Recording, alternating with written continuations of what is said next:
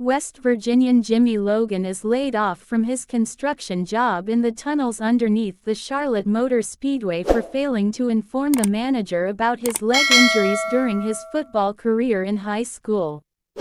He is close to his daughter, Sadie, who lives with her mom, Bobby Joe, and her rich husband, Moody. Sadie performs in beauty pageants, and Jimmy's hairstylist sister, Melly, does her hair. Bobby Joe and Moody plan on moving to Lynchburg as Moody plans to open up a new dealership. Jimmy goes to a bar tended by his ex-soldier brother Clyde, who lost his lower arm fighting in Iraq. A pretentious NASCAR team owner, Max Chilblain, makes fun of Clyde's disability, leading to a fight with Jimmy, while Clyde sets fire to Max's car. The next day, Jimmy tells Clyde his plan to rob the speedway, exploiting his knowledge of its underground pneumatic tube system for moving its vast amount of money. Clyde and Jimmy recruit their sister, Melly, incarcerated safecracker Joe Bang, and Joe's dim-witted brothers, Sam and Fish. They will break Joe out of prison and return him later that day. Clyde intentionally gets himself sent to prison on a minor charge. With the unknowing help of a woman working at the vault, Melly, Sam, and Fish infest the speedway's tube system with painted cockroaches, determining which tubes go to the vault.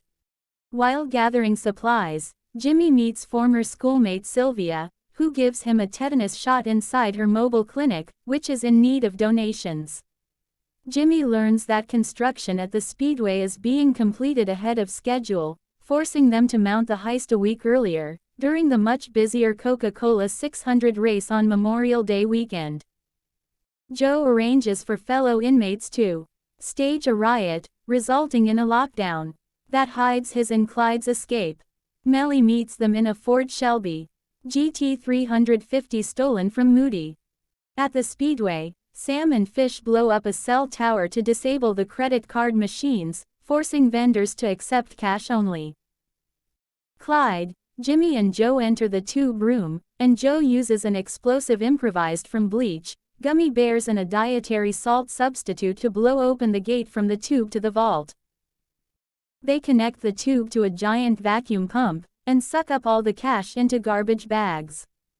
Jimmy accidentally reverses the direction of the vacuum, sucking Clyde's prosthetic arm into the machine. Security guards investigate the smoke from the explosion, but are diverted by Earl, one of Clyde's bar patrons. Sam and Fish get the money out and into Jimmy's truck.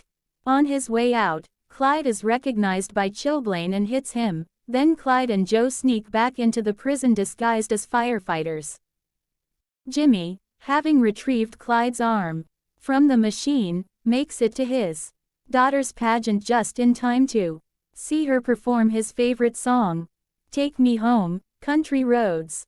Jimmy then abandons the money and anonymously informs the police of its location. FBI agent Sarah Grayson investigates the heist, dubbed Ocean's 7-Eleven, in the press. While she suspects Jimmy, Clyde and Joe, she has no evidence. Due to the unwillingness of the prison warden to report the riot, the refuting of Chilblain's eyewitness account by his disgruntled and bitter race driver, Dayton White, and the Speedway president's satisfaction with the money's recovery and insurance settlement, the case is closed after 6 months. When Joe returns home after prison, he finds a garbage bag of money buried in his yard. Sylvia receives an anonymous donation for her clinic. The inmate who orchestrated the prison riot and the woman working at the vault each receive an envelope stuffed with cash. Unknown to Joe and his brothers, Jimmy had filled extra trash bags during the heist, which he hid at the dump to retrieve later. Now working in a Lowe's store and having bought a house near his daughter and ex-wife's home, Jimmy happily reunites with Clyde, Melly, Joe, and Sylvia at the bar. The group is watched by Grayson, who tells Clyde that she is new to the area but thinks she will stay for a while.